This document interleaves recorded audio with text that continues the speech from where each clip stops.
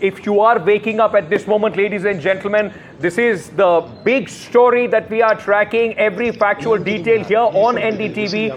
At 1:44 a.m. this morning, the Indian government, the Indian Army has confirmed that India has hit back Operation Sindoor, under which nine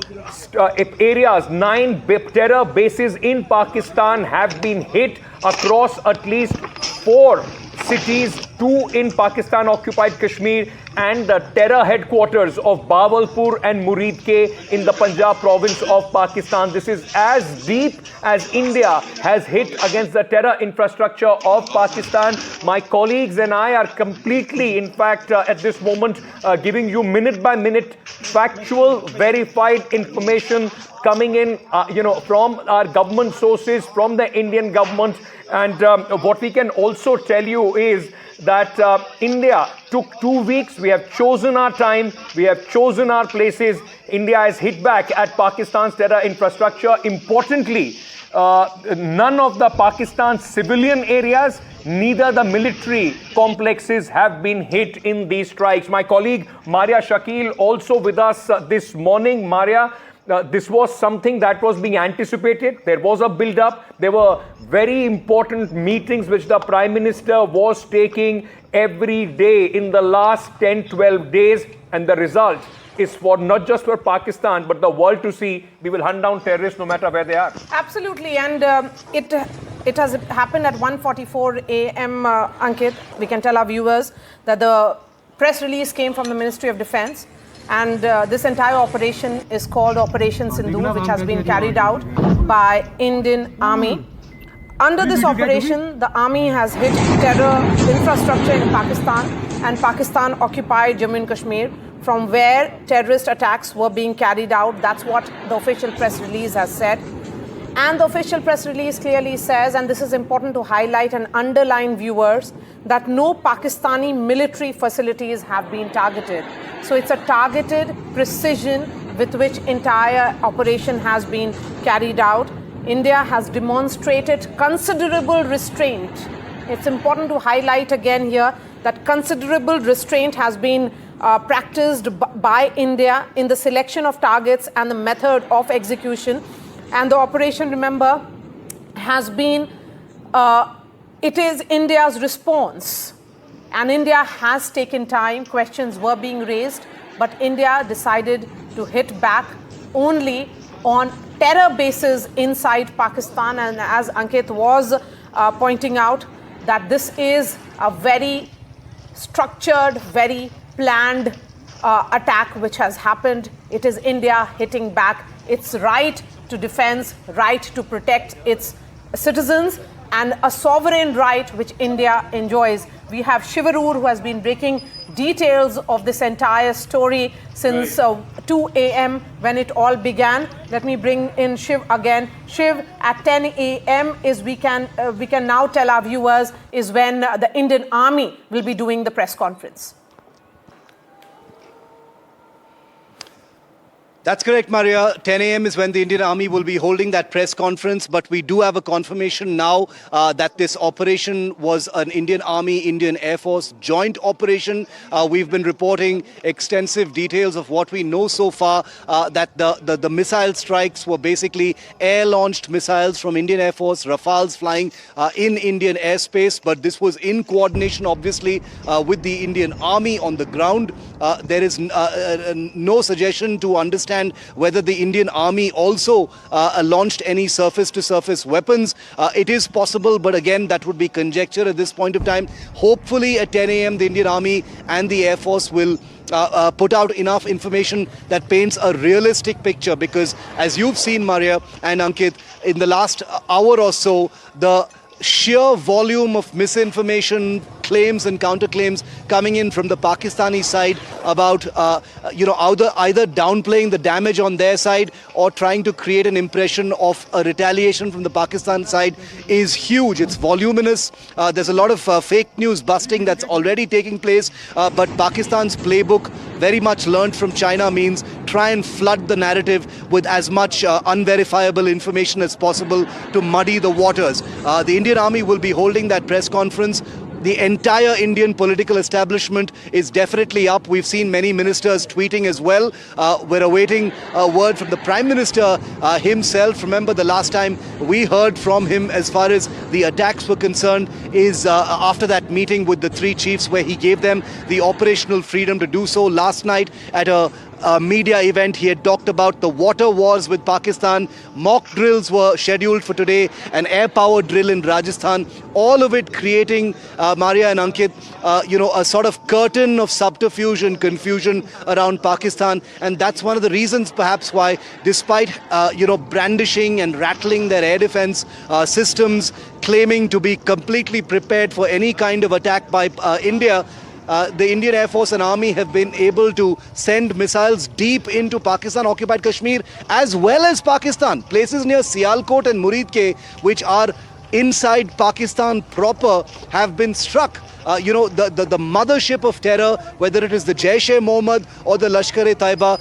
Bahawalpur to Muridke, Chakoti to Muzaffarabad, these are big fat terror targets. These are the nerve centers that govern and administer the entire Pakistan-sponsored terror machinery in POK as well as in Pakistan. So to choose those targets and to hit them is not just symbolic, it is really, really to hit the backbone of terror. The details hopefully will emerge soon. Yes, so India has hit the backbone of terror. I think that's the right phrase which has been used by Shiv right now. Let me bring in Vishnu as well. Vishnu, we can tell our viewers that now for civilians, the Srinagar airport has been shut.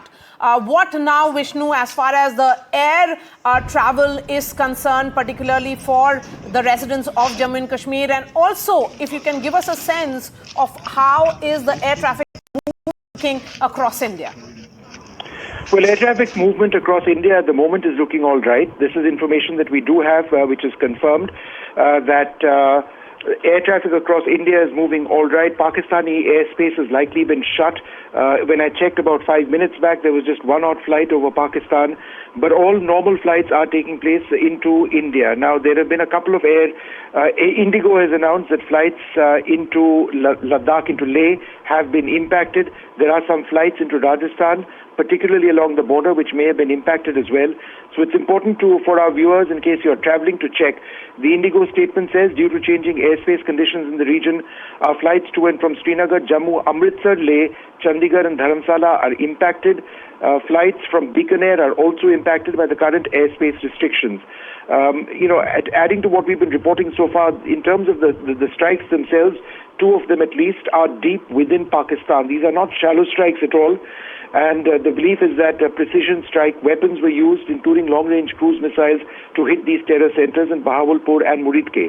There have been targets in Pakistan-occupied Kashmir as well. The scope of these attacks, the nature of the attacks, the size of the mission itself, considerably larger than what we've seen in 2019 in Balakot, where primarily one target was struck. On this particular occasion, there have been multiple targets, and there is video available on the ground which shows that the strikes have taken place. This has been acknowledged by Pakistan itself. Pakistan says that they do have the right to respond. This is a statement which has been made by the Pakistani Prime Minister himself. India, in the course of the last, I would suggest, 2 hours or so, has reached out to several foreign countries. Remember, the attack took place at about 1:44 a.m. We have reached out to the United States, to the United Arab Emirates, to the United Kingdom, to Russia as well, in terms of briefing them that, look, this is what we've taken place, what has taken place, this is what we've done. India making it absolutely clear that, look, we have nothing to hide over here. We're very clear about what we have done, and this is what it is. There have been a couple of very early reactions coming in from foreign countries as well. The United Arab Emirates, for example, urging restraint at this particular juncture. Their foreign minister is saying that. As we've been reporting, it's at 10 a.m. that we'll expect a full-fledged briefing of the Indian Army.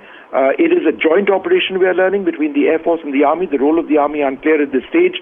Remember, the Army does operate surface-to-surface missiles. The BrahMos at this stage, we are unclear if those were used, but our sources indicating that the Indian Air Force and the Scalp missiles, their cruise missiles, were used. Just that foreign reaction which I was telling you about, the UAE Deputy Prime Minister and Minister of Foreign Affairs, Sheikh Abdullah bin Zayed, has called for restraint between India and Pakistan.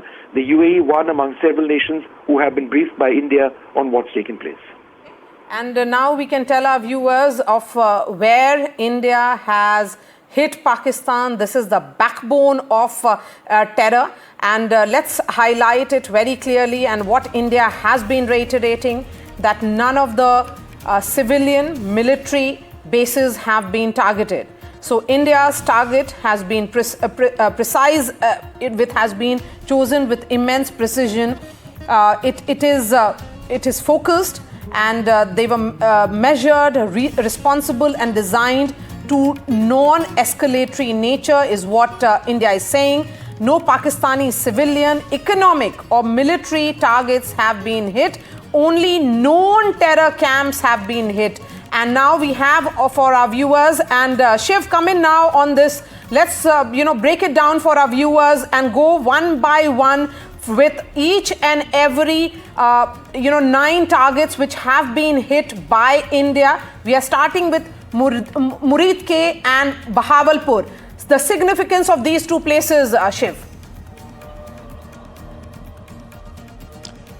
Maria, Murid K is the headquarters of the largest facility and the headquarters of the Lashkar-e-Taiba, and the Jamaat-ud-Dawa of Hafiz Mohammad Saeed is one of 2 principal terror organizations of Pakistani origin targeting India. The other is Bahawalpur, which is a city in POK, which has also been in Pakistan, which has also been targeted. That is the headquarters of the Jaish-e-Mohammed. 2 targets in Muzaffarabad in POK have also been targeted. Gulpur, Bhimbar, Chakamru, Kotli, and a camp near the Pakistani city of Sialkot in Pakistani Punjab are basically accounting for the 9 targets that have been struck. Like you rightly said, no economic or Pakistan military targets have been hit. Every one of these targets are said to have been either terror seminaries or terror infrastructure of some kind, possibly also the headquarters of both the Jamaat-ud-Dawa / Lashkar-e-Taiba and the Jaish-e-Mohammed. But once again, that information is still unverified right now. The nature of the targets and damage only coming in through images from these cities, but the nature, the death toll, casualties and nature of damage is still coming in. Remember, very important to note that the Indian Air Force, the Indian Army and the Indian Navy, Maria and Ankit, this is a new piece of information now. We are confirming from our sources that this was a tri-service operation conducted by the Indian Army, the Indian Air Force and the Indian Navy. All 3 services have used weapons. We do know what weapons were used by the Indian Air Force: Scalp and Hammer, precision-guided long-range weapons. What weapons were used by the Indian Navy at sea and the Indian Army on land are unclear right now, but I've just received a confirmation that this Operation Sindoor is a tri-service operation. Pakistan was hit from different sides, not just from the air, but possibly also from land and sea. Which of those targets were hit will emerge hopefully at about 10 a.m. Till then, we can only speculate as to what the nature of the damage and the targets on the ground really were. But images still coming in, Maria.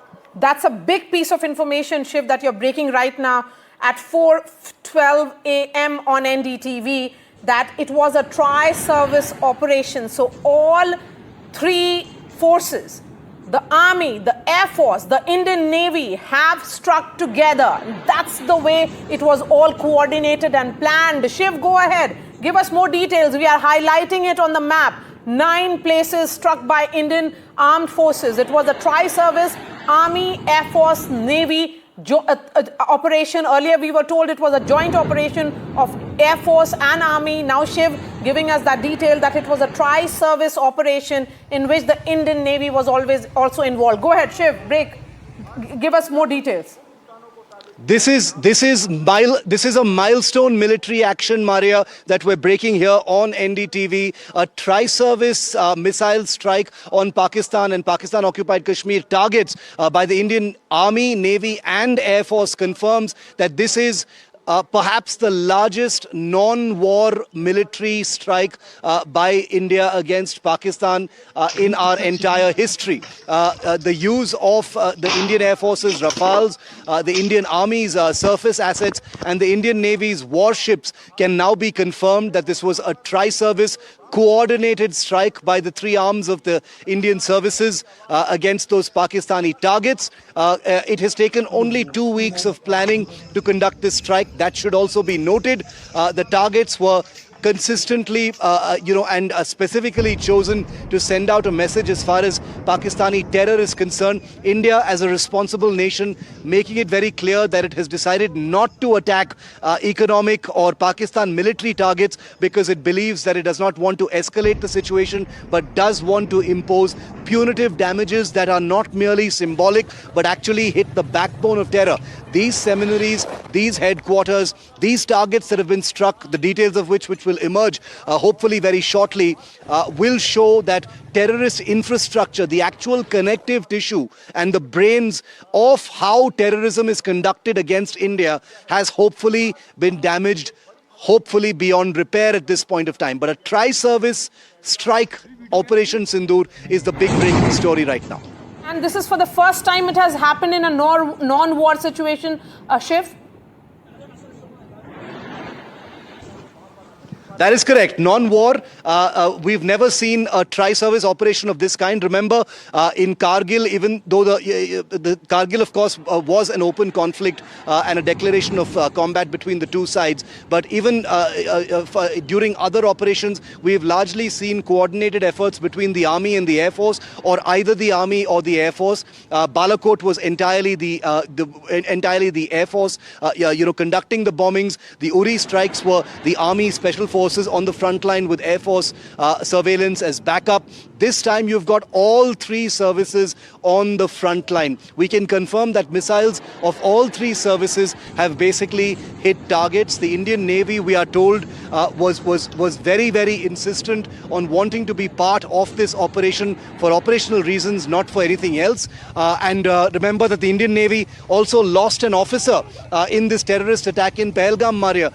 These may seem like small details given the larger aspect of what is going on, but the Indian Navy has clearly, in a professional manner, been part of this operation. Many will also see this as retaliation for, Lieutenant Vinay Narwal, the young officer who was killed on his honeymoon. Those images of his wife had gone viral as well. The emotional aspect can never be ignored, but this was a professionally conducted, fully vetted choice of targets with the three armed forces involved, making it, I would dare say, I would hazard a guess and say this is the largest non-war military action India has ever taken. Never before have we seen coordinated kinetic action by all three armed forces at the same time on Pakistani targets, Maria.